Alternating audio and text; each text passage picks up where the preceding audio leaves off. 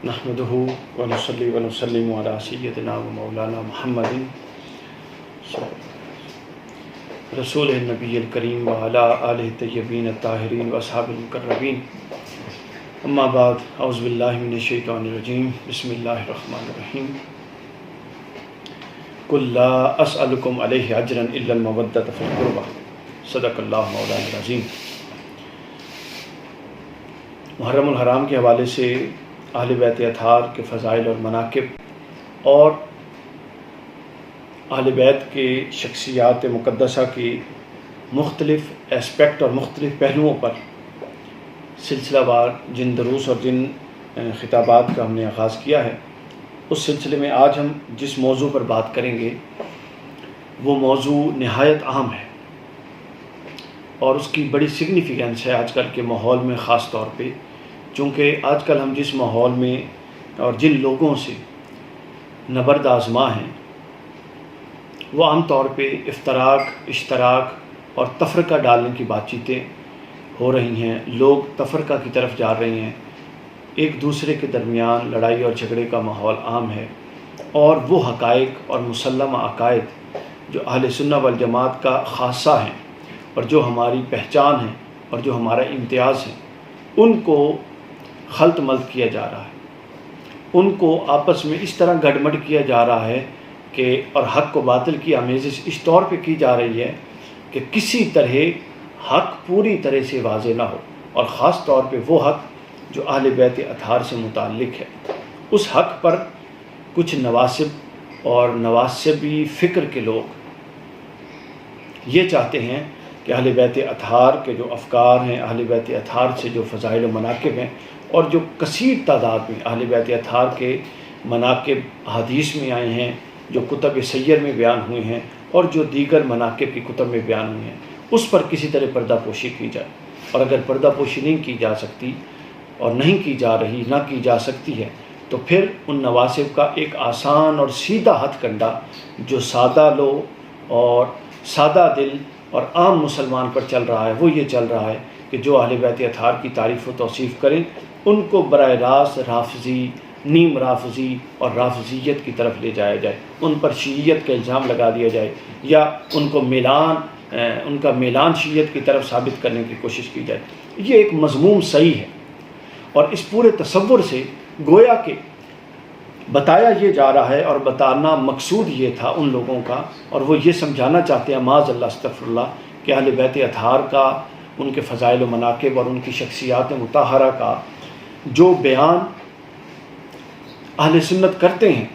یعنی ان شخصیات کا اہل سنت سے کوئی گہرا تعلق نہیں ہے، بلکہ ان مقدس شخصیات کو کسی ایک خاص طبقے یا کسی ایک خاص فرقے کے ساتھ جوڑ دیا جا رہا ہے، اور یہ ہماری بد نصیبی ہے۔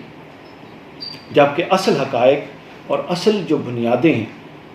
ان پر رہنے کی طرف آج کل کم لوگ متوجہ ہیں، اور اصل حقائق اور اصل بنیاد ہماری کیا ہے کہ اللہ تعالیٰ کی توحید، رسول اللہ صلی اللہ علیہ وسلم کی رسالت اور ختم نبوت، قرآن کے اللہ کے کتاب ہونے کے بعد جو ہمارے مسلمہ عقائد ہیں ان میں اہل بیت رسول کی تعظیم و تکریم اور اصحاب رسول کی تعظیم و تکریم ہمارے ایمان کے بنیادی اجزاء میں سے۔ جس طرح ہم متشدد ہیں محبت اہل بیت پر، اسی طرح ہم متشدد ہیں محبت اصحاب پر۔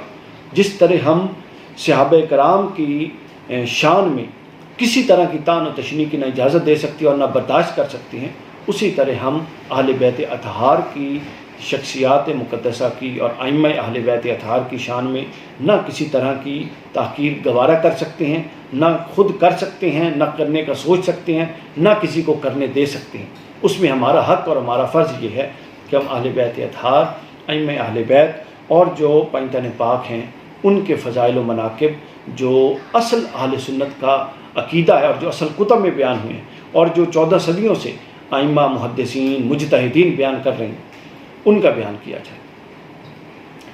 آج کی گفتگو کے لیے جو آیت میں نے آپ کے سامنے پڑھی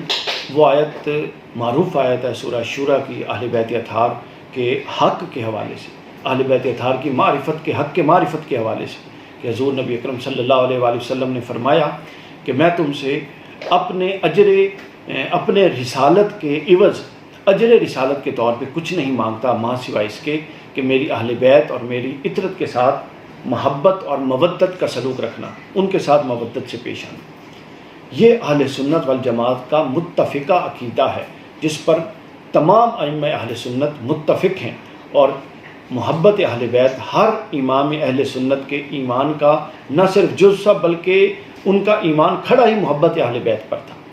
آج کی گفتگو میں ہم اس آیت مبارکہ کی روشنی میں جس پہلو کا ذکر کرنا چاہتے ہیں وہ پہلو بڑا شاندار ہے، اور وہ پہلو ہے جو ائمہ اربعہ ہیں اہل سنت کا، ہاں جن ائمہ کو ائمہ حق، ائمہ اربعہ فی الفقہ جن کو کہا جاتا ہے، امام اعظم ابو حنیفہ رضی اللہ تعالیٰ عنہ، امام محمد مالک رضی اللہ تعالیٰ عنہ، امام شافعی رضی اللہ تعالیٰ عنہ اور امام احمد بن حنبل رضی اللہ تعالیٰ عنہ، ان چار ائمہ اہل بیت، ان چار ائمہ فقہ کے ہاں جن کے ہم مقلد ہیں، ان چاروں میں سے کسی ایک کے ہم مقلد ہیں، ہم امام اعظم ابو حنیفہ کے مقلد ہیں، باقی دنیا میں کچھ لوگ امام مالک کے، کچھ امام شافعی کے، کچھ امام احمد بن حنبل کے، تو چاروں ائمہ کی تقلید حق ہے، اور چاروں ائمہ کو ائمہ حق کہا جاتا ہے۔ ان کے فقہ کے پوری دنیا میں لوگ پیروکار ہیں، یعنی ان کی بات کو حجت مانا جاتا ہے، اور ان کے عقائد کی ہی پیروی کی جاتی ہے، اور اسی کی اتباع کو لوگ اپنے اوپر لازم رکھتے ہیں، اور انہی کی تحقیق پر جو جس کا مقلد ہے اس کی تحقیق پر اکتفا کرتا ہے، اور اس کے مطابق فتویٰ دیا جاتا ہے، اس کے مطابق عمل کیا جاتا ہے۔ آج کی گفتگو میں ہم یہ دیکھیں گے کہ محبت اہل بیت کے حوالے سے ائمہ اربعہ کا کیا عقیدہ تھا۔ سب سے پہلے ہم امام اعظم امام ابو حنیفہ رضی اللہ تعالیٰ عنہ، نعمان بن ثابت رضی اللہ تعالیٰ عنہ، آپ کی شخصیت مقدس میں جو محبت اہل بیت کس حد تک رچی بسی ہوئی تھی، اور آپ کے افکار و نظریات اس حوالے سے کیا تھے، اس کا سب سے پہلے ہم بیان کریں گے۔ یہ میرے سامنے شیخ الاسلام پروفیسر ڈاکٹر محمد طاہر القادری صاحب کی تحقیق ہے جس سے میں اپنی گفتگو کا آغاز کر رہا ہوں۔ آپ امام اعظم ابو حنیفہ رضی اللہ تعالیٰ عنہ اور محبت اہل بیت کے عنوان کے تحت آپ فرماتے ہیں کہ سیدنا امام اعظم ابو حنیفہ کے زمانے میں جتنے بھی ائمہ اہل بیت گزرے امام اعظم کے زمانے میں، یعنی ادھر امام صاحب تشریف فرما تھے، ادھر اہل بیت اطہار کے جو مختلف ائمہ تشریف فرما تھے، امام اعظم نے ان تمام سے حصول فیض کیا، اکتساب فیض کیا، ان تمام کی شاگردی میں گئے، جتنے امام صاحب نے اپنی حیات مقدسہ میں پائے ان کی شاگردی میں گئے، ان کے سامنے زانو تلمس طے کیا۔ یہ ایک اصولی اور اساسی بات، ابتدائی بات ذہن میں رکھ لیں، یعنی ہم حنفی ہیں، اپنے آپ کو حنفی کہتے ہیں، اور ہمارے امام اعظم ابو حنیفہ ہیں، تو ہمیں یہ سمجھ اور جان لینا چاہیے کہ ہمارے امام جس کو اپنا امام کہتے ہیں، جس کے سامنے گھٹنے ٹیک کر ادب کے ساتھ بیٹھتے ہیں، جس سے مسائل اخذ کرتے ہیں، جس سے اکتساب فیض کرتے ہیں، وہ ائمہ اہل بیت اطہار ہیں۔ پہلی دلیل اس حوالے سے امام ابن ابی حاتم اور امام مزی نے تہذیب الکمال میں، امام ذہبی نے بھی، امام عسقلانی، امام سیوطی اور دیگر ائمہ نے بیان کیا ہے کہ امام اعظم ابو حنیفہ رضی اللہ تعالیٰ عنہ نے حضرت امام محمد الباقر علیہ السلام کے سامنے زانو تلمس طے کیا، اور امام اعظم کے مناقب پر سب سے عظیم کتاب مناقب ابی حنیفہ جو امام موفق بن احمد المکی انہوں نے لکھی ہے، اس کتاب میں جس کا نام ہے مناقب امام ابی حنیفہ، اس کتاب میں حضرت عبداللہ بن مبارک رحمۃ اللہ تعالیٰ علیہ روایت کرتے ہیں کہ امام ابو حنیفہ جب مدینے گئے تو سیدنا امام محمد الباقر کی خدمت میں پہنچے اور خدمت میں حاضر ہوئے، اور سامعین کرام یہ سننے کا جملہ ہے کہ خدمت میں حاضر ہونے کے بعد امام اعظم ابو حنیفہ نے امام محمد الباقر کو سب سے پہلا جملہ کیا کہا۔ اس سے یہ جو جملہ میں بیان کرنے لگا ہوں جو مناقب ابی حنیفہ میں آئے، اس جملے سے امام اعظم امام ابو حنیفہ کا اہل بیت اطہار اور ائمہ اہل بیت اطہار کے ساتھ کیا تعلق تھا، کیا وابستگی تھی، وہ بالکل بسری واضح ہو جائے۔ اس کے بعد کسی حنفی کو اور کسی سنی اور اہل سنت والجماعت سے تعلق رکھنے والے کو عقیدہ اہل بیت کے حوالے سے متزلزل نہیں ہونا چاہیے۔ امام اعظم جب امام محمد الباقر کی خدمت میں پیش ہوئے تو امام اعظم فرماتے ہیں، پہلا جملہ فرمایا فَإِنَّ لَكَ عِنْدِي حُرْمَةً كَحُرْمَةِ جَدِّكَ صلی اللہ علیہ وسلم فی حیاتہ علی اصحابہ۔ فرماتے ہیں کہ اے امام، آپ کا ادب اور آپ کی تعظیم مجھ پر اسی طرح واجب ہے جس طرح صحابہ کرام پر آپ کے جد امجد حضرت محمد رسول اللہ صلی اللہ علیہ وسلم کی تعظیم واجب تھی۔ یہ جملہ فرمایا فَإِنَّ لَكَ عِنْدِي حُرْمَةً كَحُرْمَةِ جَدِّكَ صلی اللہ علیہ وسلم فی حیاتہ علی اصحابہ، کہ میں اسی طرح آپ کی تعظیم کرتا ہوں جس طرح آپ کے جد امجد رسول اللہ کی حیات مبارکہ میں ان کے اصحاب ان کی تعظیم کیا کرتے تھے. یعنی یہ امام اعظم ابو حنیفہ کا عقیدہ ہے. جو تعظیم و تکریم صحابہ کرام آقا کی کیا کرتے تھے، اسی طرح وہ تعظیم میں آپ کی کرتا ہوں. کیوں کرتا ہوں؟ اس لیے کرتا ہوں کہ آپ کی تعظیم و حرمت اور محبت و مودت میں حرمت و تعظیم اور مودت مصطفیٰ نظر آتی ہے اور اس کا عکس جھلک نظر آتی ہے. گویا کہ امام اعظم ہمیں سبق یہ دے رہے ہیں کہ ائمہ اہل بیت کی تعظیم، ائمہ اہل بیت کی تکریم، ائمہ اہل بیت کے ساتھ محبت اور ائمہ اہل بیت کے ساتھ مودت بادی النظر میں مصطفیٰ صلی اللہ علیہ وآلہ وسلم کے ساتھ محبت، مودت اور تعظیم و تکریم ہے. یعنی حضور کی تعظیم ہے، اہل بیت اطہار کی تعظیم. یہ امام ابن المکی صفحہ نمبر 168 پر بیان کرتے ہیں، جس کو حضور شیخ الاسلام نے تخریج فرمایا. آگے چلیے. امام اعظم ابو حنیفہ جہاں امام محمد الباقر کے طالب علم آپ سے علم کی طلب اور آپ کے ہاں زانو تلمس طے کیا، اس کے بعد امام اعظم ابو حنیفہ نے امام محمد جعفر الصادق علیہ السلام کی خدمت میں بھی پیش ہوئے اور ان کے آگے بھی زانو تلمس طے کیا اور ان سے بھی اکتساب فیض کیا. امام ابن المکی مناقب ابو حنیفہ میں فرماتے ہیں کہ ایک دفعہ جب سیدنا امام جعفر الصادق کوفہ تشریف لائے. اب پہلے واقعہ تھا امام محمد الباقر کا. امام محمد الباقر کا معاملہ یہ تھا کہ امام اعظم خود ان کے پاس تشریف لائے. اب امام جعفر الصادق کا معاملہ یہ ہے کہ ایک دفعہ امام جعفر الصادق تشریف لائے کوفہ میں اور امام اعظم ابو حنیفہ کو آپ کی آمد کا پتہ چل گیا. اب یہ عقیدت دیکھیے، عقیدہ بھی دیکھیے اور عقیدت بھی دیکھیے کہ جیسے ہی پتہ چلا کہ امام جعفر الصادق تشریف لا چکے ہیں، امام اعظم اپنے جملہ تلامذہ، جتنے بڑے بڑے تلامذہ تھے، سینئر تھے، ان کو لے کر امام جعفر الصادق کی خدمت میں پہنچ گئے. زیارت کی، علمی استفادہ کیا اور جو خاص بات آئی ہے وہ سننے والی ہے. حضور شیخ الاسلام نے بیان کیا کہ خاص بات یہ ہے کہ امام اعظم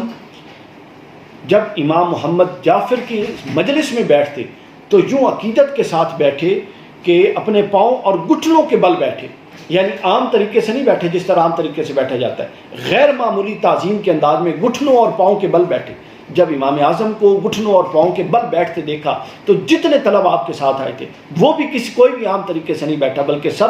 گھٹنوں اور پاؤں کے بل اسی طرح ادب کے ساتھ امام اعظم کے اتباع میں امام جعفر الصادق کے سامنے بیٹھ گئے. جب امام جعفر الصادق نے یہ دیکھا کہ سارے لوگوں کے بیٹھنے کا نشست کا طریقہ ہی بدل گیا،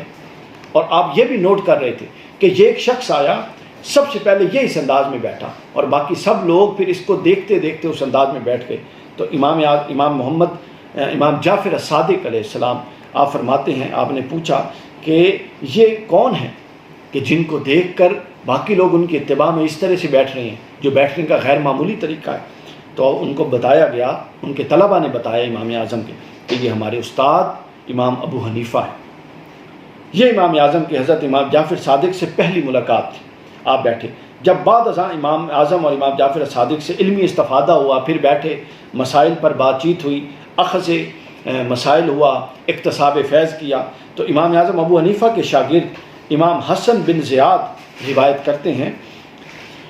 کہ امام ابو حنیفہ سے پوچھا گیا کہ آپ پوری دنیا میں بہت سارے علماء، بہت سارے اسفار کیے، بہت سارے علماء سے، محدثین سے، فقہا سے اخذ کیا، علم لیا، تلمس کیا، آپ بتائیے کہ آپ نے سب سے زیادہ اپنی زندگی میں سب سے زیادہ کس کو عالم پایا، سب سے بڑا عالم کس کو پایا؟ یہ روایت کے لفظ ہیں، سمیت ابا حنیفہ وسئل، ہم نے ابو حنیفہ سمیت، میں نے سنا ابا حنیفہ ابو حنیفہ سے، وسئل من افقہ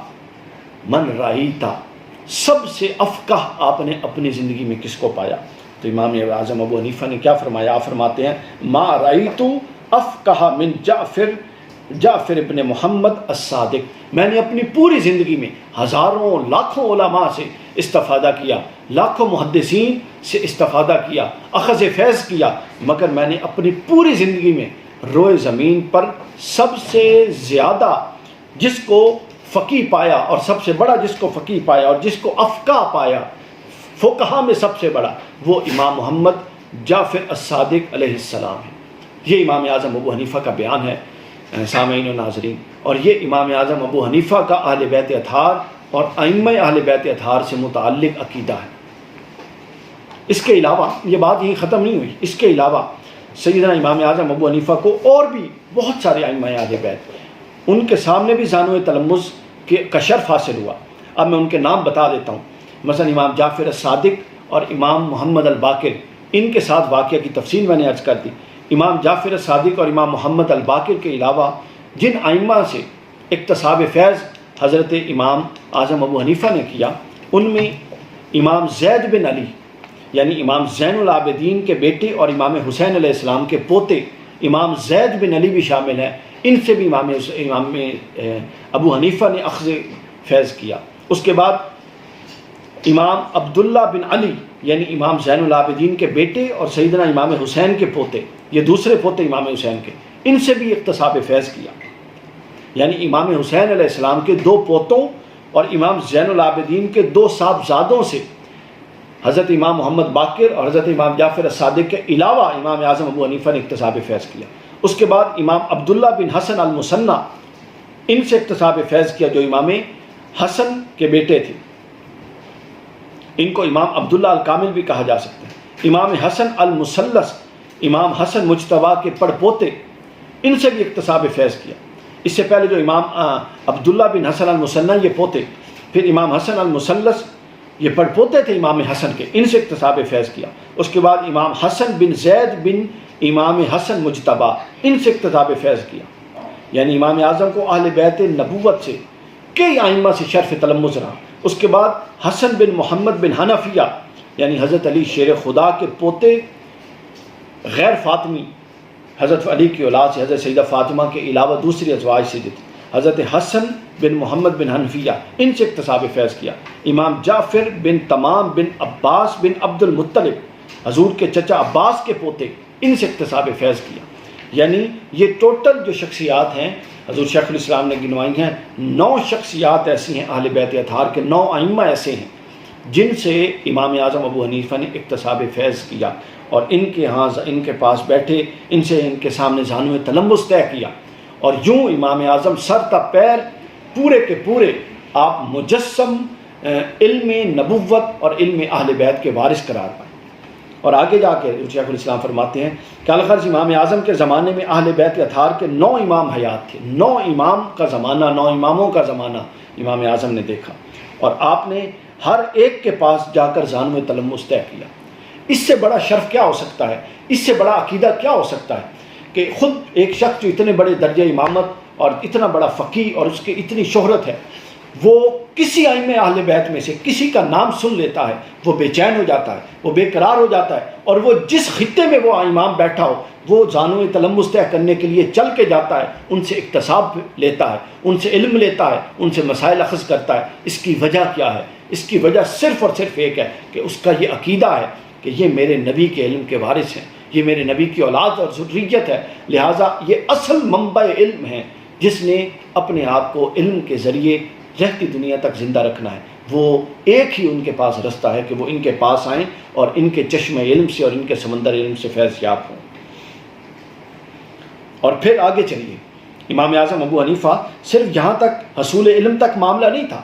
بلکہ بعد میں جب ائمہ اہل بیت کی ہر دور میں مخالفت رہی، ائمہ اہل بیت پر جب خلفائے عباسیہ اور خلفائے بنو امیہ نے مظالم ڈھائے، ظلم کیا، زیادتیاں کی، تو کیا ہوا؟ جتنے ائمہ اہل بیت نے ان خلفاء کے خلاف خروج کیا، امام اعظم ابو حنیفہ نے اپنے تمام قوت کے ساتھ، تمام وسائل کے ساتھ، تمام طلباء کے ساتھ، ہر امام اہل بیت جو کسی بھی خلیفہ کے خلاف اس کا خروج تھا، امام صاحب نے اس کی حمایت کی، ان کی مالی معاونت جو کر سکتے تھے کی، ان کی تائید کی، ان کے حق میں فتوے دیے اور لوگوں کو ان کے ساتھ جہاد کے لیے تیار کیا۔ اسی وجہ سے تو امام اعظم کو سزائیں بھگتنی پڑی۔ یہ جو امام اعظم قید میں گئے، عام طور پہ جو واقعہ ہے وہ تو یہ ہے کہ خلیفہ جو بنو عباس کا خلیفہ تھا، خلیفہ منصور عباسی، اس نے کیا کیا؟ اب میں آپ کو یہ بتاؤں کہ امام اعظم جو قید میں رہے، اتنا بڑا امام، اور پھر قید سے ہی آپ کا جنازہ نکلا، وہ اندر ہی وفات پا گئے، وصال فرما گئے، اتنا بڑا امام، وہ کیا وجہ بنی کہ آپ کو قید بھی کر دیا گیا، آپ کے اندر وفات بھی ہو گئی؟ وہ کون سا ایسا نزاع تھا کہ جو اس حد تک معاملات کو لے کر آیا، کتنے بڑے امام کو قید کر دیا گیا، وہ نزاع سامعین کرام یہ تھا کہ وہ اہل بیت اطہار اور ائمہ اہل بیت اطہار کی حمایت اور تائید تھی جو امام اعظم ہمیشہ فرمایا کرتے تھے۔ اس تائید کی بنیاد پر اس کا نتیجہ یہ نکلا کہ خلیفہ منصور نے جب علویوں کے ساتھ جنگ کی اور ایک جابرانہ انداز میں حکومت پر تسلط کر لیا اور اپنی حکومت کو مضبوط کر لیا، جب حکومت کو مضبوط کیا تو جو علوی اور نبوی خاندان کے ائمہ کے جو مؤیدین اور ان کی حمایت کرنے والے تھے، ان کو میں سے اکثر علماء کو تو مار دیا، قتل کر دیا، شہید کروا دیا، کسی کو نظر بند کروا دیا، کسی کو کچھ ظلم، کسی کو ملک بدر، کسی کو شہر بدر، بہت ظلم کیے۔ لیکن جو بڑے نام تھے ان کو مشیرین نے مشورہ دیا کہ ان کے ساتھ حکمت و دانش مندی سے نپٹا جائے۔ انہوں نے کیا کیا، ان کو بلوایا اور ان کو بڑے عہدوں کی پیشکش کی۔ یہ ایک بہانہ تھا، بہت سارے لوگوں نے لکھا ہے۔ امام یوسف بن اسماعیل النبہانی رحمہ اللہ تعالیٰ نے الشرف المحبت میں لکھا ہے کہ منصب دینا یہ ایک بہانہ تھا، اصلاً امام اعظم ابو حنیفہ کا منصب سے انکار، جو امام اعظم نے منصب سے انکار کر دیا، وہ انکار اس بنیاد پر تھا کہ یہ منصب دے کر یہ تائید لینا چاہتے تھے کہ کل تک جو شخص اہل بیت اطہار کے ائمہ کے حق میں فتوے دیتا رہا ہے، دیکھو آج وہ ہمارے منصب پہ بیٹھا ہے، جبکہ امام اعظم کے نزدیک ان کی حکومت ایک جابرانہ انداز سے مسلط ہوئی تھی، تو لہٰذا امام صاحب اس کی اجازت نہیں دے سکتے تھے۔ آپ نے کیٹیگوریکلی انکار کر دیا کہ میں نے یہ منصب اور یہ عہدہ قبول نہیں کرنا۔ اب آپ خود سوچئے کہ ایک شخص کو منصب قضاء آفر کیا جاتا ہے، وہ منصب قضاء قبول نہیں کرتا، تو کیا یہ اتنا بڑا جرم ہے کہ اس کو قید میں ڈال دیا جائے؟ اور کیا یہ اتنا بڑا جرم ہے کہ 146 ہجری سے 150 ہجری تک 4.5 سال اس کو قید میں رکھا جائے اور اس کی وفات بھی قید کے اندر ہو جائے؟ یہ کیا اتنا بڑا جرم تھا؟ تو اس پر حضور شیخ الاسلام نے بھی، آپ کا بھی موقف یہی۔ امام یوسف بن اسماعیل نبہانی اشرف المحبت صفحہ نمبر 241 پر انہوں نے بھی یہی لکھا کہ منصب قبول نہ کرنا اور اس چیز کو ایشو بنانا یہ محض ایک بہانہ تھا خلفاء کا۔ اصل جو سزا امام اعظم کو دی گئی، امام اعظم کو قید کیا گیا، کوڑے لگائے گئے، امام اعظم کا وصال جیل کے اندر ہوا، یہ اس وجہ سے تھا کہ امام اعظم اہل بیت اطہار کے حمایتی تھے، اور ائمہ اہل بیت کے ساتھ جب کوئی امام اہل بیت کھڑا ہوتا امام اعظم اس کی حمایت میں کھڑے ہو جاتے اور اپنے جان سے تن من دھن سے اہل بیت اطہار کو سپورٹ کرتے، اور جو کر سکتے تھے وہ کرتے۔ اور کرتے کیوں؟ چونکہ رسول اللہ خود فرما گئے تھے کہ میری اہل بیت کے بارے میں اللہ سے ڈرو، اور میری اہل بیت سفینہ نوح ہیں، اور میری اہل بیت حق پر ہیں، اور جو اس سفینے سے اتر گیا وہ حق سے دور ہو گیا۔ اور خود حضور نے فرمایا تھا کہ لا اسألکم علیہ اجرا الا المودۃ فی القربى، اور امام اعظم نے اس مودت کا حق قرابت اہل بیت کے ساتھ مودت کی صورت میں حضور صلی اللہ علیہ وسلم کو اجر رسالت جو ہو سکتا تھا انہوں نے ادا کیا۔ اللہ تعالیٰ اس حوالے سے جس طرح ہم فقہی طور پہ امام اعظم کے مقلد ہیں اور ان کے احکام کی اور ان کے مسائل میں ان کی تقلید کرتے ہیں، تو اسی طرح سے ائمہ اہل بیت کی محبت کے باب میں، ان کی تائید و نصرت کے باب میں بھی ہمیں امام اعظم ابو حنیفہ رضی اللہ تعالیٰ عنہ کی کامل اتباع کرنے کی توفیق عطا فرمائے۔ دوسرا حصہ یہ امام محمد مالک رحمہ اللہ تعالیٰ، امام مدینہ جن کو کہا جاتا ہے۔ امام مالک کو بھی اہل بیت اطہار سے شدید محبت، شدید عقیدت تھی، اور امام جعفر الصادق جیسی ہستیاں، آپ اندازہ لگائیں کہ جو خود منبع علم ہیں، جو خود سند علم عطا کرتے ہیں، حضرت امام جعفر الصادق، ان کے پاس جب ان سے کہا جاتا مسائل پوچھنا کوئی آتا، کوئی مسئلہ پوچھتا، تو شفقت فرماتے ہوئے امام اعظم فرماتے، امام جعفر الصادق فرماتے اذهب الى مالک عنده علمنا، جاؤ اذهب الى مالک عنده علمنا، مالک کے پاس جاؤ، اس کے پاس ہمارا علم ہے، اس سے پوچھو۔ یعنی یہ جو بڑا ہوتا ہے اس کو کسی چھوٹے کو نوازنے کا انداز ہوتا ہے۔ وہ کہتے کہ میں تو ہوں اور میں تو بتاؤں گا، چونکہ میں تو آل رسول میں سے ہوں، مگر تمہارے لیے یہ بھی حق ہے کہ تم جاؤ اور مالک سے پوچھو، چونکہ وہ ہمارا فیض یافتہ ہے اور اس کے پاس ہمارا دیا ہوا علم ہے۔ گویا کہ خود ائمہ اہل بیت نے ائمہ اربعہ کو سند عطا کی، اور خود وہ کہتے تھے کہ جاؤ اور ان سے مسئلہ پوچھو۔ امام مالک کے حوالے سے آیا کہ امام مالک کل ائمہ اہل بیت کے شاگرد تھے، جتنے آپ کی حیات میں امام اعظم کی طرح، جتنے امام اعظم نے پائے امام اعظم نے ان کے ہاں زانو تلمس طے کیا، جتنے امام مالک نے پائے امام مالک نے ان کے سامنے زانو تلمس طے کیا۔ یہ جو اسلوب ہے اور یہ جو ان کا طریقہ ہے اہل بیت کے ساتھ چلنے کا، یہ ان کی اہل بیت کے ساتھ مودت اور محبت کا منہ بولتا سلوک ہے۔ اس کے بعد امام مالک کے ہاں امام مالک کی زندگی میں ایک حادثہ ہوا. حادثہ کیا ہوا؟ وہ بھی بنیادی طور پہ امام اعظم کی طرح امام مالک کو بھی محبت اہل بیت کی سزا دی گئی، بہانہ کسی اور چیز کو بنایا گیا. ہوا یوں کہ ایک خلفاء نے، یہ جو خلفاء عباسی تھے، انہوں نے ایک فتویٰ دے دیا اور انہوں نے کہا جی کہ جبر کے ساتھ کوئی کسی شخص سے اگر طلاق کوئی لے لیتا ہے، جان کا خوف دلا کے، مال کا خوف دلا کے، قتل کا خوف و ہراس کے ذریعے کسی سے طلاق لے لیتا ہے تو وہ طلاق واقع ہو جاتی ہے. امام مالک کا فتویٰ یہ تھا کہ وہ طلاق واقع نہیں ہوتی. بس یہ ایک شریعت کے ایک مسئلے میں یہ اختلاف و نزاع تھا، اور اس اختلاف و نزاع کی بنیاد پر امام مالک کو عدالتوں میں پیش کروایا گیا، قاضیوں کے سامنے پیش کروایا گیا اور گورنروں کے سامنے پیش کروایا گیا. امام مالک علیہ رحمت کی تحقیر کی گئی، امام مالک علیہ رحمت کو قید کیا گیا، جیل میں بھجوایا گیا. امام مالک علیہ رحمت کو کوڑے لگوائے گئے اور ان کوڑوں سے امام مالک بے ہوش ہو جاتے، پھر جب ہوش میں آتے تو پھر کوڑے لگائے جاتے، اور پھر بالآخر یہ ہوا کہ امام مالک رحمۃ اللہ تعالیٰ علیہ کو آپ کے سر کو اور بالوں کو مونڈ کر اور آپ کے چہرے مبارک پر کالک معاذ اللہ مل کے آپ کو ایک جانور پر، ایک گدھے نما، گھوڑے نما جانور پر بٹھا کر آپ کو الٹا بٹھا کر مدینہ کی گلیوں میں پھرایا گیا اور کہا گیا کہ اپنا تعارف کراؤ کہ تم کون ہو. اور امام مالک جب اس حالت میں مدینہ کی گلیوں میں پھرتے تو آپ فرماتے کہ مجھے جان لو، جو مجھے نہیں جانتا وہ جان لے، اور جو جانتا ہے سو وہ جانتا ہے کہ میں مالک بن انس ہوں، اور میں یہ کہتا ہوں کہ فلاں ماں میں طلاق کا یہ مسئلہ غلط ہے. پھر وہ اس مسئلے کو رپیٹ کرتے اور دہراتے. اب بتائیے، کیا یہ ایک مسئلہ اتنے بڑے امام اور اتنے بڑے مجتہد کے ساتھ یہ سلوک روا رکھنے کے لیے کیا یہ جائز اور کافی تھا؟ ہرگز کافی نہیں تھا. تو پھر کیا وجہ تھی کہ ائمہ اہل بیت کہ امام مالک کے ساتھ بھی یہ سلوک روا رکھا گیا؟ اس کی وجہ یہ تھی کہ یہ دور بنو امیہ اور بنو عباس کے حکمران جو تھے، ان ایام میں اور ان ادوار میں اہل بیت اطہار اور ائمہ اہل بیت ان کا نام لینا بھی جرم ہوتا تھا. بنو عباس نے اگرچہ کہ اہل بیت کے نام پر حکومت پر قبضہ کیا تھا،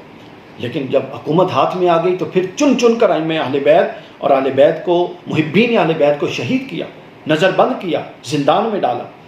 بنو عباس اب کیا تھا؟ امام مالک عباسی دور میں چونکہ یہ واقعہ پیش آیا، اب امام مالک کا اہل بیت کے ساتھ محبت و مودت کا تعلق دیکھیے. عباسی جو خلفاء تھے ان کا تعلق حضرت عباس جو حضور کے چچا تھے ان کے ساتھ بنتا تھا. اب جب عباسی خلفاء نے امام مالک کو گرفتار کر کے ظلم و ستم کے پہاڑ توڑے اور امام مالک کو کوڑے لگوائے اور امام بے ہوش ہو جاتے، جب ہوش میں آتے تو پھر معاف فرما دیتے، جب امام مالک پھر ہوش میں آتے تو فرماتے کہ جو مجھے مار رہا ہے میں نے اسے معاف کیا. اتنا ظلم، اتنا ستم، لیکن ہر بار جب ہوش میں آتے تو معاف کر دیتے، ہر بار جب ہوش میں آتے معاف کر دیتے. جب امام مالک سے کسی نے پوچھا کہ انہوں نے آپ کے ساتھ اتنا ظلم روا رکھا، اتنی آپ کے ساتھ بے حرمتی کا تعلق کیا، لیکن آپ ہمیشہ یہ کیوں فرماتے جب ہوش میں آتے کہ میں نے انہیں معاف کر دیا؟ تو حضرت امام مالک کیا فرماتے ہیں؟ امام مالک فرماتے ہیں کہ اس کی وجہ یہ تھی کہ ان کا تعلق حضور صلی اللہ علیہ وسلم کے چچا کے خاندان سے تھا، اور میں نہیں چاہتا کہ قیامت کے دن میری وجہ سے میرے آقا کے چچا کے خاندان کا کوئی فرد دوزخ میں جائے، بے شک اس نے ظلم ہی کیوں نہ کیا ہو، مگر میں اس کا سبب میں کم از کم نہ بنوں، اس لیے میں ہوش میں آتے اس کو معاف فرما دیتا تھا، معاف کر دیتا تھا. آپ اندازہ کریں کہ اتنا بڑا منصب، اتنا بڑا مقام و مرتبہ، اس کے ساتھ یہ تعلق روا رکھا جا رہا ہے، اور وہ نہ انتقام کی طرف جاتا ہے، نہ بدلے کی طرف جاتا ہے، نہ کم از کم انصاف کی طرف جاتا ہے، بلکہ وہ معافی کی طرف کیوں جاتا ہے؟ اس لیے جاتا ہے کہ ان کا تعلق، ان کی آگے کئی پشتوں کا تعلق جا کے میرے نبی کی چچا سے ہے، اور کہیں رسول اللہ صلی اللہ علیہ وسلم کو ان کی وجہ سے اس معاملے میں، اور حضور کے خاندان کا اور چچا کے خاندان کا کوئی شخص اس وجہ سے عذاب میں مبتلا نہ ہو اور مجھے آقا کے سامنے اس وجہ سے شرمندہ نہ ہونا پڑے، اس کو معاف فرما دے. اس سے بڑھ کے کوئی مثال ہو سکتی ہے محبت اور مودت اہل بیت کی، جو کوٹ کوٹ کر ائمہ اربعہ اہل سنت میں بھری ہوئی تھی، جس کی مثال ہم نے امام اعظم ابو حنیفہ اور پھر امام مالک کے ہاں پیش کر دی. اور اس کو امام ابو یوسف محمد بن اسماعیل النبہانی نے بھی بیان کیا. آپ فرماتے ہیں کہ امام مالک حضرت ابراہیم بن عبداللہ المحض کے بھائی حضرت محمد کے حمایتی تھے. اور ان کی حمایت کی وجہ سے جو خلفائے عباسی تھے انہوں نے امام مالک کو سزائیں دیں، گرفتار کیا، اگرچہ کہ بہانہ کسی اور بات کو بنایا۔ الشرف المحبت صفحہ نمبر 242 پر انہوں نے بھی اس کو بیان کیا۔ یہ امام مالک کا احوال تھے، امام مالک علیہ رحمت کے احوال تھے۔ اور جو مالکی ہیں پوری دنیا میں، ان کے لیے یہ دیکھیے یہ پیغام کہ اگر امام اعظم ابو حنیفہ کا پیروکار ہے تو وہ بھی دیکھ لے کہ امام اعظم کا کیا تعلق تھا اہل بیت سے، اور اگر امام مالک کا کوئی پیروکار ہے تو وہ بھی دیکھ لے کہ حضرت امام مالک کا کیا تعلق تھا اہل بیت سے۔ اللہ تعالی ہمیں اس پر عمل کرنے کی توفیق عطا فرمائے۔ اب اس کے بعد تیسرے امام حضرت امام احمد بن حنبل اور اہل بیت اطہار کے تعلق پر ہم بات کریں گے۔ امام احمد بن حنبل سے جب پوچھا گیا، حضرت امام احمد بن حنبل اگریسو تھے محبت اہل بیت میں باقیوں کی طرح، آپ میں بھی اہل بیت اطہار کی محبت کوٹ کوٹ کر بھری ہوئی تھی، اور آپ بھی کسی طرح کی رعایت جو دشمنان اہل بیت ہیں ان کے لیے روا نہیں رکھتے تھے۔ اس لیے حضرت امام اعظم ابو حنیفہ حضرت امام احمد بن حنبل رحمہ اللہ تعالیٰ سے پوچھا گیا کہ آپ یزید کے بارے میں کیا حکم دیتے ہیں؟ یزید کون تھا؟ سب کو پتہ ہے، جس نے اہل بیت اطہار پر ظلم ڈھایا اور جس کے حکم پر امام حسین علیہ السلام کربلا کے ریگزار میں بے دردی کے ساتھ اہل بیت کے ساتھ اپنے اہل بیت اور خانوادے اور اصحاب کے ساتھ شہید کیے گئے۔ جب ان سے پوچھا گیا اس یزید کے بارے میں فتویٰ دیں، تو انہوں نے جو فتویٰ دیا اس فتویٰ کی آواز آج بھی پوری دنیا میں اور پوری دنیا کے اہل علم حلقوں میں گونج رہی ہے۔ آپ نے فرمایا کہ میرے نزدیک یزید کافر ہے، مطلق کافر۔ آپ کے صاحبزادے حضرت عبداللہ بن احمد بن حنبل رحمۃ اللہ تعالیٰ علیہ نے اس کو روایت کیا، اور کثیر کتب میں امام احمد بن حنبل سے منسوب یہ روایت اور یہ فتویٰ موجود ہے جو امام احمد بن حنبل کی اہل بیت اطہار کے ساتھ لاسانی اور لازوال محبت کا منہ بولتا ثبوت ہے۔ اور ایک دوسری روایت میں امام احمد بن حنبل سے ان کے بیٹے انہوں نے سوال کیا، انہوں نے کہا کہ جو صحابہ کی ترتیب ہے اس سے متعلق آپ کیا فرماتے ہیں؟ تو امام احمد بن حنبل رحمہ اللہ نے فرمایا کہ خلافت میں، آپ نے فرمایا خلافت میں پہلے سیدنا صدیق اکبر ہیں، پھر حضرت فاروق اعظم ہیں، اور پھر حضرت سیدنا عثمان غنی رضی اللہ تعالیٰ عنہم ہیں۔ یہ فرما کے امام احمد بن حنبل خاموش ہو گئے۔ تو ان کے بیٹے نے پھر پوچھا کیا حضرت علی کے بارے میں آپ نے کیا کہا؟ حضرت علی کا ذکر نہیں فرمایا۔ تو امام احمد بن حنبل فرماتے ہیں کہ بیٹا وہ تو اہل بیت اطہار میں سے ہیں، ان پر تو کسی کو قیاس ہی نہیں کیا جا سکتا۔ یہ عقیدہ تھا ائمہ اہل سنت کا اور ائمہ اربعہ کا، جن کے ہم مقلد ہیں اور جن کی تحقیقات کو ہم اپنے اوپر حجت سمجھتے ہیں، یہ ان کا عقیدہ تھا۔ اب ان ساری باتوں کو سمجھنے سمجھانے کا جو ایک بنیادی وجہ ہے، وہ وجہ یہ ہے کہ آپ یہ دیکھیے کہ اس میں اب اس بنیاد پر امام احمد بن حنبل پر بھی بہت سارے وبال آئے، امام احمد بن حنبل پر مشکلات آئیں، امام احمد بن حنبل پر تکفیری رافضیت تک کے فتوے لگے، حتیٰ کہ امام مالک پر اور امام ابو حنیفہ رحمہ اللہ تعالیٰ پر بھی تکفیریت کے کچھ فتوے لگے۔ یہ سب کچھ کس لیے تھا؟ یہ سب کچھ اس لیے تھا کہ ان ائمہ کی جو اہل بیت اطہار کے ساتھ محبت تھی وہ اس کی کوئی مثال نہیں تھی، اس کی کوئی حد نہیں تھی، اس کی کوئی لمٹ نہیں تھی، وہ لمٹ لیس تھی، چونکہ وہ جانتے تھے کہ یہ بنیاد ہے ایمان کی، یہ اساس ہے ایمان کی، اور اگر یہ اساس قائم نہ رہی تو خدا نخواستہ ایمان کی عمارت بھی ڈھہ سکتی ہے اور ایمان کی عمارت بھی گر سکتی ہے۔ اس لیے یہ تمام تکالیف برداشت کر کے، تمام معاملات برداشت کر کے کبھی بھی اس طرف نہیں گئے کہ جس طرف کہیں تحقیر اور تنقیص کا پہلو ہے۔ یہ ہمارے لیے ایک سبق ہے۔ اب اس کے بعد آئیے امام احمد بن حنبل رحمہ اللہ تعالیٰ علیہ کے بعد ہم جاتے ہیں حضرت امام شافعی رحمہ اللہ تعالیٰ علیہ سے، جن کی محبت اہل بیت معروف ہے، مشہور ہے باقی تینوں اماموں کی طرح۔ اور امام شافعی رحمہ اللہ تعالیٰ علیہ رضی اللہ تعالیٰ عنہ، امام شافعی کا صرف دیوان جو ہے اس میں سے چند اشعار اور چند صفحات میں آپ کے سامنے لے کر بیٹھا ہوں، آپ کا انشاءاللہ دل بھی روشن ہو جائے گا، دماغ بھی روشن ہو جائے گا، وسعت آ جائے گی اہل بیت اطہار کے بارے میں کہ ائمہ اربعہ اہل بیت اطہار کے بارے میں کیا عقیدہ رکھتے تھے اور آج کے ملا ہمیں کیا سکھا رہے ہیں۔ تھوڑی سی محبت اہل بیت کی بات کر لی جائے، ایک تماشا لگا ہوا ہے، تھوڑی سی محبت اہل بیت کی بات کر دی جائے تو شیعیت کی طرف ڈال دیتے ہیں، رافضیت کی طرف ڈال دیتے ہیں۔ اور آج کل کچھ ملاؤں نے ایک نئی اصطلاح گھڑ لی، نیم رافضی، یعنی دروازہ کلیتاً یہ بند کرنا چاہتے ہیں محبت اہل بیت کا. یعنی نہ کوئی اہل بیت کا ذکر کرے، یہ بنو امیہ کا دور پھر پلٹ رہا ہے اور بنو عباس کا. نہ کوئی اہل بیت کا ذکر کرے، جو ذکر کرے گا اس کو شیعیت کی طرف ڈال دیں گے، ذکر نہ کریں گے. اور دوسری طرف یہ معاملہ، اگر صحابہ کرام کا ذکر کثرت سے کوئی کرے وہ بھی ایمان کا حصہ ہے، وہ بھی حق ہے. صحابہ کرام کو کوئی ذکر کرے تو ان کو ناسبیت کی طرف لے جاتا ہے دوسرا طبقہ. ایک عجیب تماشا ہے، معلوم نہیں کہ یہ کہاں سے یہ باتیں آئی ہیں. اور ہم شکر گزار ہیں اللہ کے کہ ہم ایک ایسے دور میں ہیں کہ ہم نے اپنے دور کے مجدد کا زمانہ بھی پایا اور مجدد کی صحبت بھی پائی اور مجدد کے افکار سے اپنے افکار اور اپنے نظریات کو روشن بھی رکھا. حضور شیخ الاسلام اگر آپ کی زندگی، آپ کی حیات مبارکہ ہم نے براہ راست نہ پائی ہوتی اور آپ کو نہ سنا ہوتا تو یقین بالیقین یہ سمجھیے کہ ہم بھی یہ ناسبیت کے گڑھے میں گر چکے تھے یا رافضیت کے گڑھے میں گر چکے تھے. منہاج القرآن اور حضور شیخ الاسلام وہ صراط مستقیم ہے، وہ منہاج القرآن ہے، منہج قرآن ہے کہ جس پر آپ لے کر چلے، جس پر ہمارے ہاتھ میں اہل بیت اطہار کا دامن بھی موجود ہے اور ہمارے ہاتھ میں صحابہ کرام کا دامن بھی موجود ہے. یہ ایک تماشا تھا جو اب بھی لگا ہوا ہے، لیکن اہل حق کو واضح ہو چکی ہے سب بات. حضرت امام شافعی کی طرف ہم آ رہے ہیں. یہ جو میں جس بات کا رونا میں رو رہا ہوں کہ تھوڑا سا ذکر اہل بیت کر لیں شیعیت کی طرف ڈال دیتے ہیں.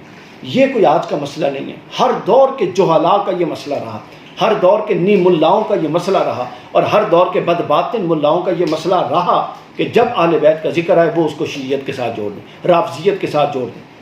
یعنی اندر ان کے اپنی خبث ہے، اندر ان کے اپنے اناد ہے، اندر ان کے اپنے اہل بیت کا بغض ہے، لیکن اس کا اظہار نہیں کر سکتے. اس کے اظہار کی صورت یہ ہے کہ اہل بیت کے ذکر سے لوگوں کو روکا جائے. ایسے ملاؤں اور ایسے نیم جن کے ایمان کا بھی اعتبار نہیں، لوگوں کو اٹھا کے اپنے حلقوں سے باہر پھینکے. ہمارا اپنا قصور ہے کہ ایسے لوگوں کو آپ موقع دیتے ہیں، ان کی باتیں سنتے ہیں. کون ہوتا ہے، کس کی کیا جرت کہ ہم اہل بیت کا ذکر کریں، مولا علی کا ذکر کریں، سیدہ فاطمہ کا ذکر کریں، حسن و حسین کا ذکر کریں اور ہمیں کوئی رافضی کہے.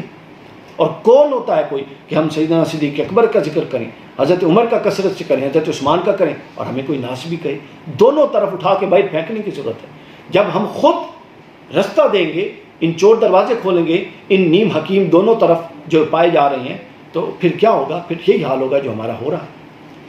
حضرت امام شافعی کیا فرماتے ہیں اب اس عقیدے پر سنیے اور اپنے دل کے کان سے سنیے. حضرت امام شافعی فرماتے ہیں اذا نحن فضلنا علیا فاننا. کیا خوبصورت ہے کہ جب ہم علی کے مناقب بیان کرتے ہیں حضرت مولا علی کے. امام شافعی کے یہ اصل دیوان شافعی کے پرنٹ ہے میرے پاس. حضرت امام شافعی آپ فرماتے ہیں کہ اذا نحن، صفحہ نمبر 203، اذا نحن فضلنا علیا فاننا. جب کبھی ہم علی کے مناقب بیان کرتے ہیں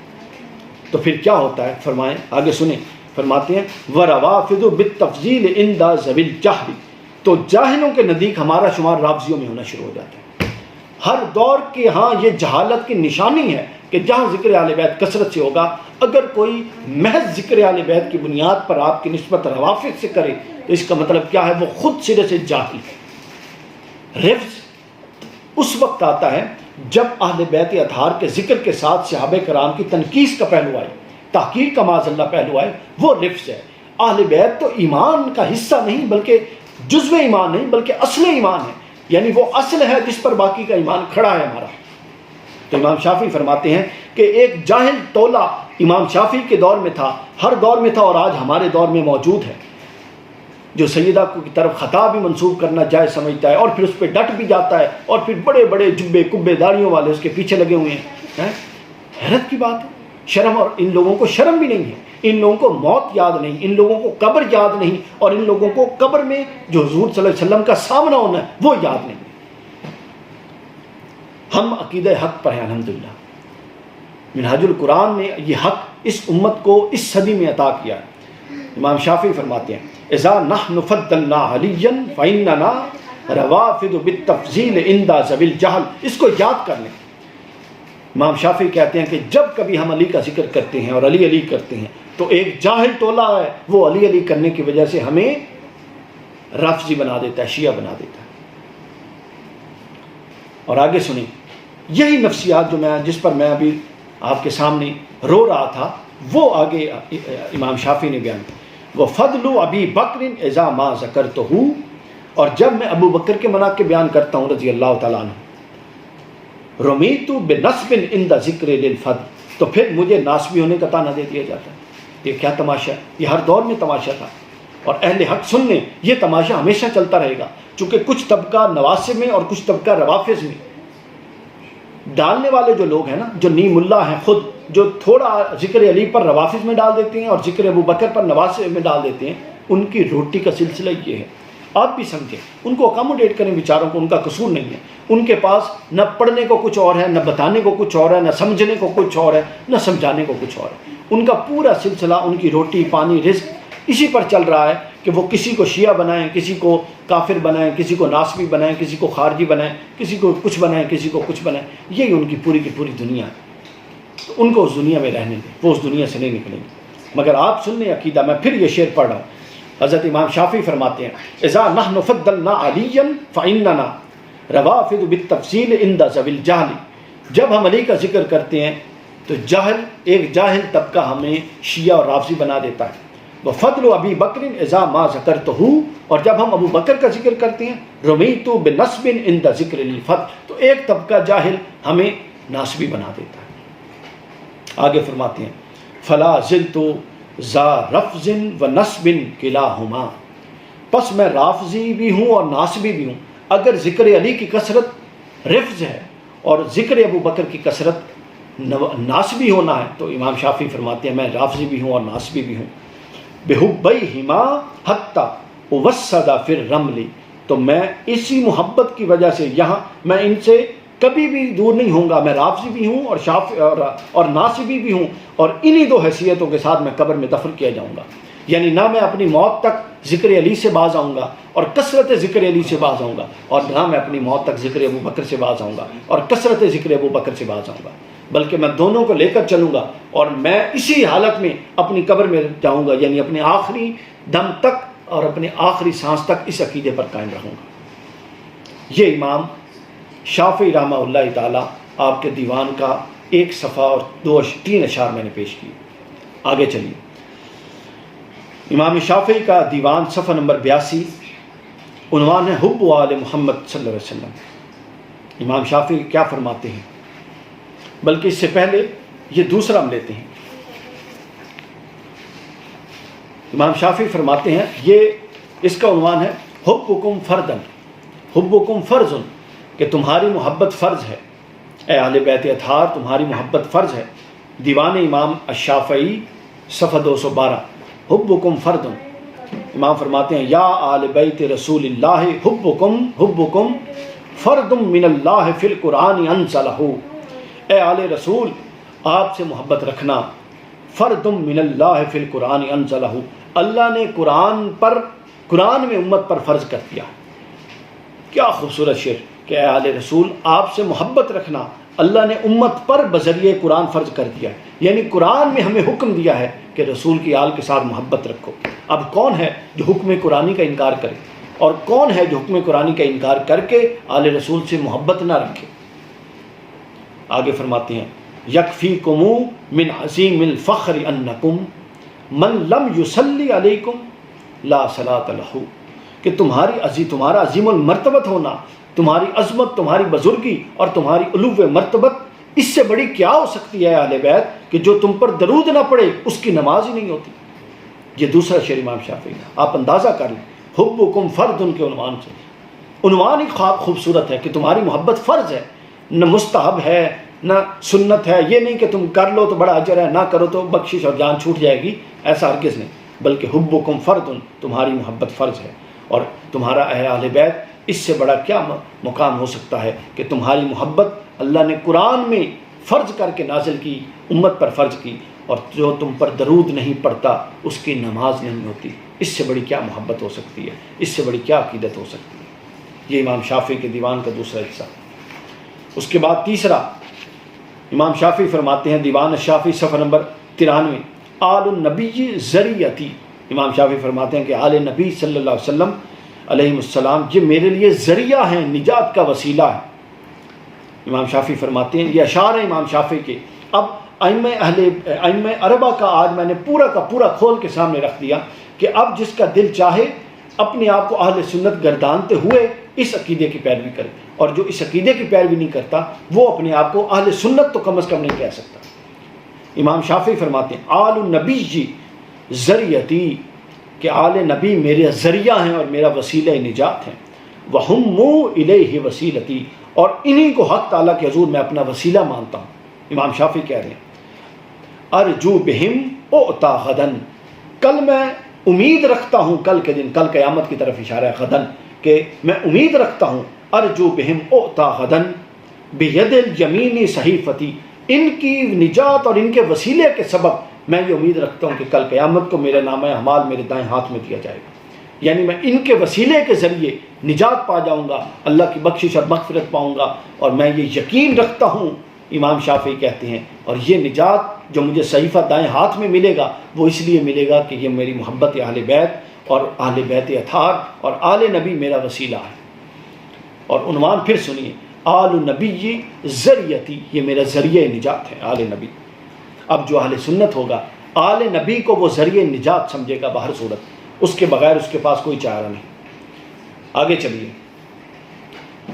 دیوان امام الشافعی صفحہ نمبر 252، عنوان حب الفاطمیہ، حضرت سیدہ فاطمہ الزہرا سے محبت۔ عنوانات دیکھیے آپ، فرماتے ہیں اذا فی مجلس نذکر علیًا، ہم جب کسی مجلس میں علی کا ذکر کرتے ہیں، یہاں بھی امام شافعی نے اسی نفسیات کا ذکر کیا اور اس نفسیات کے ساتھ پھر اپنے عقیدے کا ذکر کیا۔ فرماتے ہیں اذا فی مجلس نذکر علیًا، جب ہم کسی مجلس میں حضرت علی کا ذکر کرتے ہیں، وصبتیہ وفاطمہ الزکیہ، اور ان کے دونوں بیٹوں حسن اور حسین کا ذکر کرتے ہیں اور حضرت سیدہ فاطمہ زکیہ کا ذکر کرتے ہیں، یقال تجاوزوا یا قوم ھذا، تو ہمیں یہ کہا جاتا ہے کہ اے لوگوں اس کو چھوڑ دو، اس ذکر کو چھوڑو، علی کے ذکر کو، فاطمہ کے ذکر کو، حسن و حسین کے ذکر کو چھوڑو، فہذا من حدیث الرافضیہ، یہ تو شیعوں کی باتیں ہیں، رافض کی باتیں، اس کو چھوڑ دو۔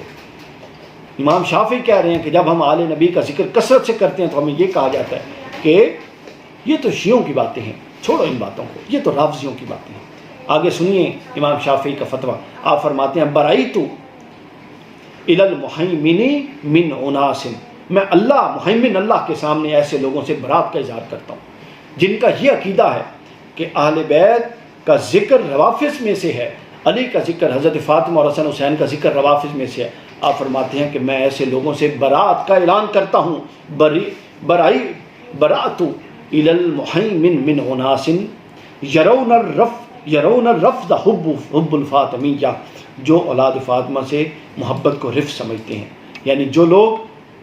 اولاد فاطمہ اور فاطمہ سے محبت کو رفض سمجھتے ہیں، آپ فرماتے ہیں میں ایسے لوگوں سے برات کا اعلان کرتا ہوں، میں بری ہوں اے باری تعالیٰ ایسے لوگوں کے ساتھ، تو میرا گواہ ہو جا۔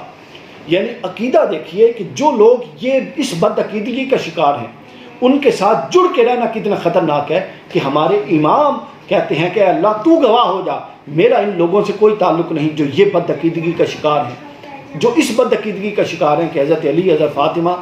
امام حسن حسین کا ذکر رفض ہے، نہیں کرنا چاہیے، میں ان لوگوں سے بری ہوں اور ہم بھی ان لوگوں سے بری ہیں۔ اور آج کل ایک تماشا بنا دیا انہوں نے، رفض کے بعد نیم رفض، یہ پتہ نہیں کون سی فیکٹری ہے جس کے اندر سے یہ اصطلاحیں بن رہی ہیں۔ اس کے بعد آگے چلیے، فتویٰ لگانے والے جو ہیں آگے چلے آئیں، حضرت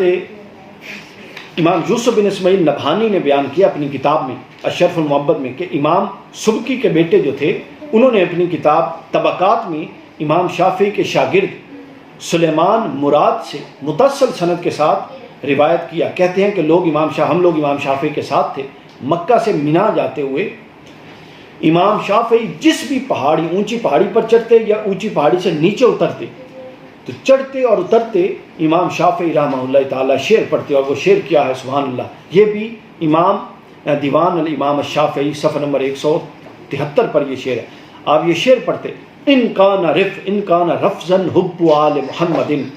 کہ اگر آل محمد سے محبت کرنا رفض ہے، فلیشہد الثقلان، تو جن و انس دونوں جہان گواہ رہیں، انی رافضی، تو کہ میں رافضی ہوں۔ اگر محبت اہل بیت اور کثرت ذکر اہل بیت رفض ہے تو پھر یہ دونوں جہان گواہ ہو جائیں کہ شافعی رافضی ہے۔ اور آگے فرماتے ہیں وَأَخْبِرْهُمْ أَنِّي مِن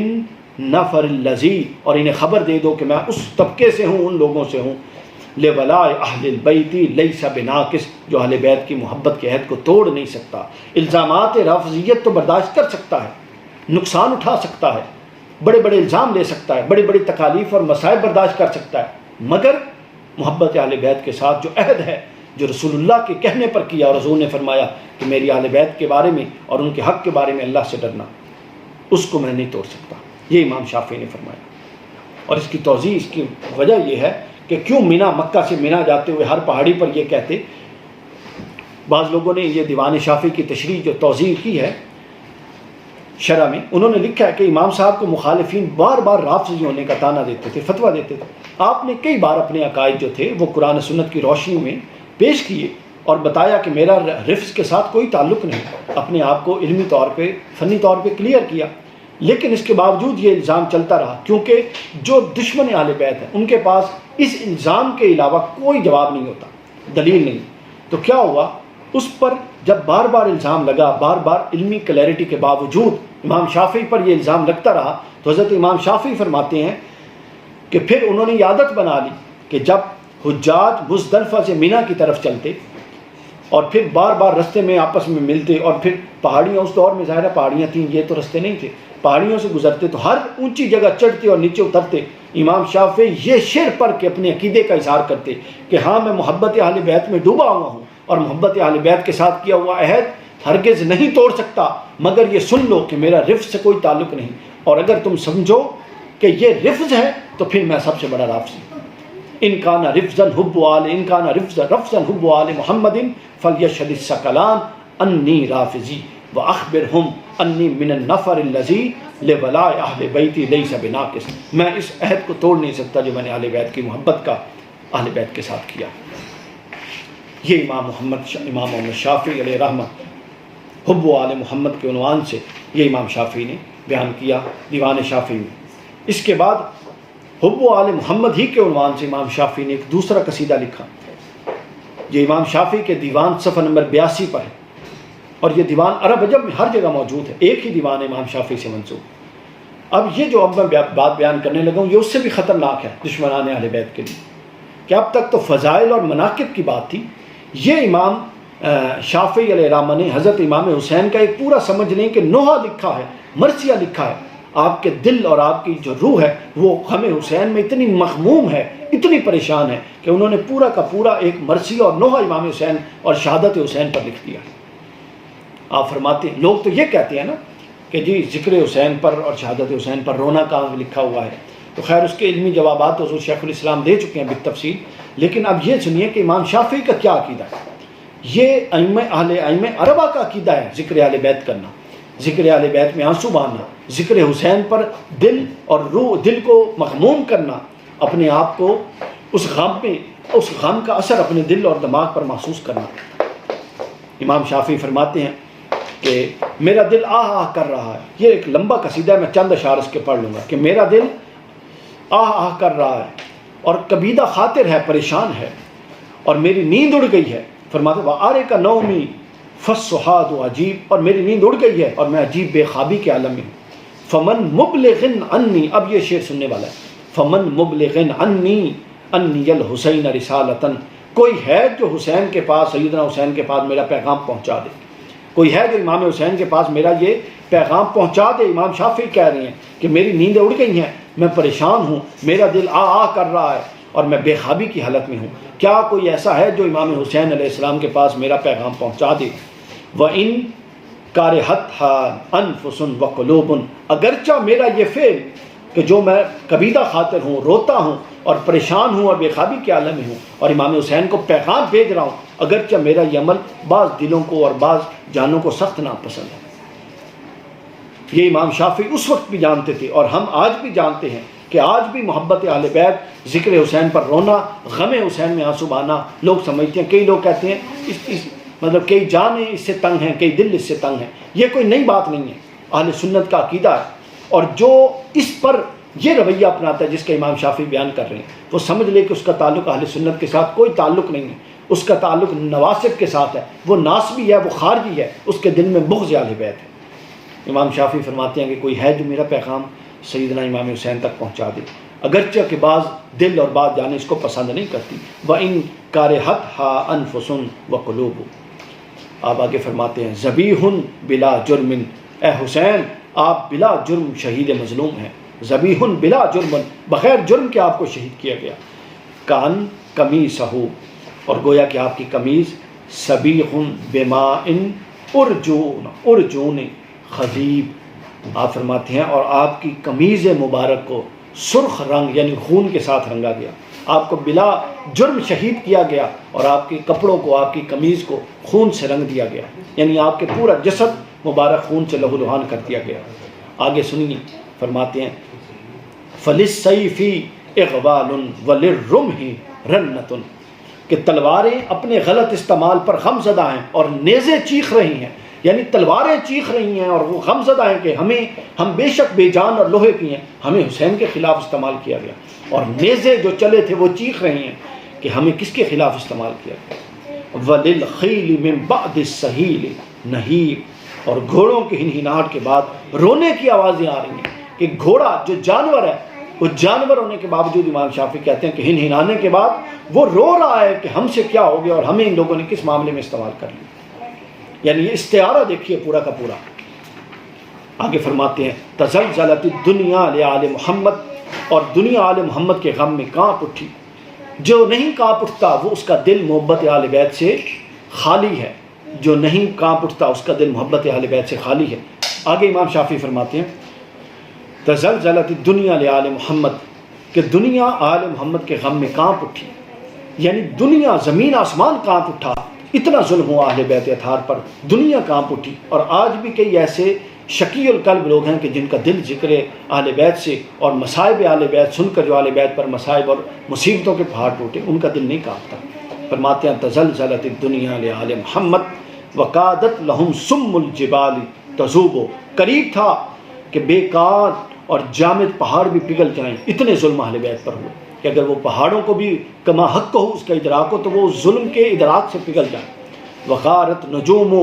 وقشعرت کواکب. فرماتے ہیں ستارے چھپ گئے اور تاروں پر کپ کپی چھا گئی. وَحُتِّكَتْ أَسْتَارٌ وَشُقَّ جَيُوبٌ، کہ پردے پھاڑ دیے گئے اور گریباں تار تار کر دیے گئے. آگے سنیے، فرماتے ہیں یُصَلَّىٰ عَلَى الْمَبْعُوثِ مِنْ آلِ ہاشم. یہ ایک زندہ تازیانہ ہے اور ایک تماچہ ہے ان لوگوں پر جو اس وقت قاتلین حسین تھے اور آج قاتلین حسین کے مؤیدین ہیں. تماچہ ہے. امام شافعی فرماتے ہیں یُصَلَّىٰ عَلَى الْمَبْعُوثِ مِنْ آلِ ہاشم وَيُغْزَىٰ بَنُوهُ إِنَّ ذَا لَعَجِیبٌ. فرماتے ہیں کہ یہ کیسی بات ہے کہ اس ہاشمی پیغمبر پر تو درود پڑھا جاتا ہے اور اس کی اولاد سے جنگ کی جاتی ہے. یہ کیسا عجیب بات ہے. یعنی کربلا کے دن آپ دیکھیے کہ اسی محمد کے اذان صلی اللہ علیہ وسلم کے ذکر کے ساتھ اذان دی جا رہی ہے اور نماز پڑھی جا رہی ہے، اور اس نماز میں اسی پر اور اس کی آل پر جو سامنے کھڑی ہے ان پر درود پڑھا جا رہا ہے اور تھوڑی دیر کے بعد ان کے ساتھ جا کے جنگ کی جا رہی ہے. امام شافعی کہتے ہیں یہ عجیب معاملہ ہے. کوئی صاحب عقل صاحب دانش ایسا نہیں کر سکتا. ایسا وہی کر سکتا ہے یا جو جو بالکل اس کی عقل جا چکی ہو، مجنون ہو، پاگل ہو، یا وہ کر سکتا ہے جو بغض اور اناد میں اس حد تک بڑا ہو اور دنیا داری میں اس حد تک اندھا ہو. وہ شخص یہ کام کر سکتا ہے. آگے فرماتے ہیں لَإِن كَانَ ذَنبِي حُبَّ آلِ محمد. یہ امام شافعی کا عقیدہ کئی دفعہ بیان کیا. اگر آل محمد سے محبت میرا گناہ ہے، وہ کہتے ہیں لَإِن كَانَ ذَنبِي حُبَّ آلِ محمد فَذَلِكَ ذَنبٌ لَسْتُ عَنْهُ أَتُوبُ. تو سن لو یہ وہ گناہ ہے، میں اس سے توبہ نہیں کروں گا، یعنی یہ میں ہمیشہ کروں گا. ہم شفعائی یوم حشری و موفقی. یہی وہ لوگ ہیں جو میدان حشر میں میرے سفارشی ہوں گے. آل رسول اذا ما بدت للناظرین خطوب. جس وقت آنکھیں عذاب و عقاب کے ہولناک مناظر دیکھ رہی ہوں گی، اس وقت ہمارے لیے، میرے لیے، امام شافعی کہتے ہیں پناہ گاہ آل رسول ہوگی اور یہ محبت اہل بیت ہوگی، چونکہ یہ میرا وسیلہ اور ذریعہ ہے. آخری بات، اب آپ نے ائمہ اہل بیت سے متعلق یہ سارا چیز سن لی کہ امام شافعی رحمۃ اللہ تعالیٰ علیہ پھر تفصیل میں نے بتا دیا کیا عقیدہ تھا، امام احمد بن حنبل کا کیا عقیدہ تھا، امام مالک رحمہ اللہ تعالیٰ علیہ کا کیا عقیدہ تھا، اور امام اعظم ابو حنیفہ کا کیا عقیدہ تھا. اب ہم جس معاشرے میں ہیں، اہل سنت ہونے کے باوجود آپ دیکھتے ہوں گے کہ ہم نے پھر بھی قدغن لگا رکھی ہے کہ جو محبت اہل بیت کی طرف جائے ہم اس کے رستے میں رکاوٹ بن جاتے ہیں. ہم اس کو کہیں کوئی چھوٹی موٹی چیز مل جائے تو رافضی بنا دیتے ہیں، نہیں تو نیم رافضی کی نہیں اصطلاح کر لیجیے۔ اس جاہل ٹولے سے بالکل اپنے آپ کو کنارہ کشی کریں، ہرگز اپنے ایمان کا سودا نہ کریں، کسی ڈرنے کی ضرورت نہیں ہے، اپنے ایمان کو غارت نہ کریں۔ محبت اہل بیت اگر ہاتھ سے دامن جاتا ہے تو سمجھ لیں کہ بنیاد آپ کے پاس سے چلی گئی۔ یہی تو بنیاد ہے جس کے اوپر اعمال کی عمارت کھڑی ہونی ہے۔ اعمال کی نفی ہرگز نہیں کرنی، نہ کی جا سکتی ہے، چونکہ قرآن میں جہاں ایمان کا ذکر ہے ساتھ اعمال کا ذکر ہے، لیکن ایمان اعمال کی قبولیت کے لیے ایمان شرط ہے، کسی کافر کا کوئی عمل قبول نہیں۔ تو جب ایمان شرط ہے تو ایمان کے چند لوازمات ہیں جو ایمان کو ایمان بناتے ہیں، ان لوازمات میں سے ایک بنیادی ستون محبت اہل بیت ہے۔ اب جو طبقہ جاہل آپ کے سامنے موجود ہے، جو رافضی، نیم رافضی اور یہ رٹ لگا رہا ہے، حالانکہ اہل سنت تصور بھی نہیں کر سکتے کسی طرح کی صحابہ کرام کی تحقیر کی، اور رفض تحقیر صحابہ کے ساتھ جڑا ہوا ہے۔ تو جب اہل بیت اطہار کی بھی تعریف کی جائے، صحابہ کرام کی بھی کی جائے، تو پھر آپ دل کھول کے اہل بیت کی تعریف کیا کریں، صحابہ کرام کی کیا کریں۔ کسی اس طرح کے نیم ملا سے ڈرنے کی خطرے میں آنے کی ضرورت نہیں ہے، یہ خود اپنی موت مر گئے ہمیشہ اور آگے بھی مر جائیں گے۔ لیکن اس حوالے سے امام شافعی نے، چونکہ آخر میں امام شافعی کا ذکر کیا، امام شافعی نے ایک لائے عمل دیا، اور امام شافعی نے ان پر ایک طنز بھی کی ہے، جو میں تو نہیں کر سکتا، میری تو حیثیت نہیں ہے، لیکن میں امام شافعی کے الفاظ پڑھ دیتا ہوں۔ دیوان، اپنے دیوان میں صفحہ نمبر 254 امام شافعی فرماتے ہیں کہ جب اس طرح کے کوئی لوگ جو ہمیں ملتے ہیں، جو اپنی اصطلاح کرتے ہیں، اپنے من گڑت اور ناقص عقائد کو کل کا کل عقیدہ بنا کے پیش کرتے ہیں، اور معصوم اور بیچارے ان پڑھ سادہ لوگوں کو ورغلاتے ہیں اور ان کے عقائد برباد کرتے ہیں، امام شافعی ان کے بارے میں فرماتے ہیں اعرض عن الجاہل السفیہ، جاہل بے وقوفوں کی باتوں سے درگزر کرو، یعنی اپنا ایمان بچاؤ اور اس کی باتوں میں الجھنے کی ضرورت نہیں ہے، اس کو جوابات دینے کی ضرورت نہیں ہے، وہ اپنی بدبختی کا شکار خود ہے، اس کے لیے اس کی اپنی بدبختی کافی ہے، آپ ہرگز اس کو جوابات اور اس طرف جانے کی ضرورت نہیں ہے۔ جب علمی طور پہ ایک معاملہ اوپر مجدد لیول کی ہستی نے کلیئر کر دیا تو بس ختم ہو گیا۔ اب ہم نے کیا کرنا ہے؟ اپنے عقیدے کا تحفظ، اور آپ فرماتے ہیں اعرض عن الجاہل السفیہ، اس جاہل بے وقوف کی باتوں سے درگزر کرو۔ یوں لگتا ہے کہ امام شافعی آج بیٹھ کے اور حالات دیکھ کے یہ شعر لکھ رہے ہیں، اعرض عن الجاہل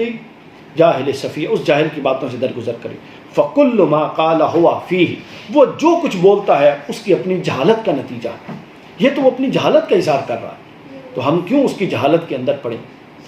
ہم کیوں اس کے کیچڑ میں خود بٹا پھینکیں اور اپنے کپڑوں کو گندا کریں؟ ہمیں اس کی ضرورت نہیں ہے۔ آگے فرماتے ہیں ما زر بحر الفرات یوما ان خاض بعض الکلاب فیہ، امام شافعی فرماتے ہیں، اب امام شافعی کے لفظ ہیں، میں نے کہا میں تو یہ بات نہیں کہہ سکتا، نہ ہمارا مشرب ہے۔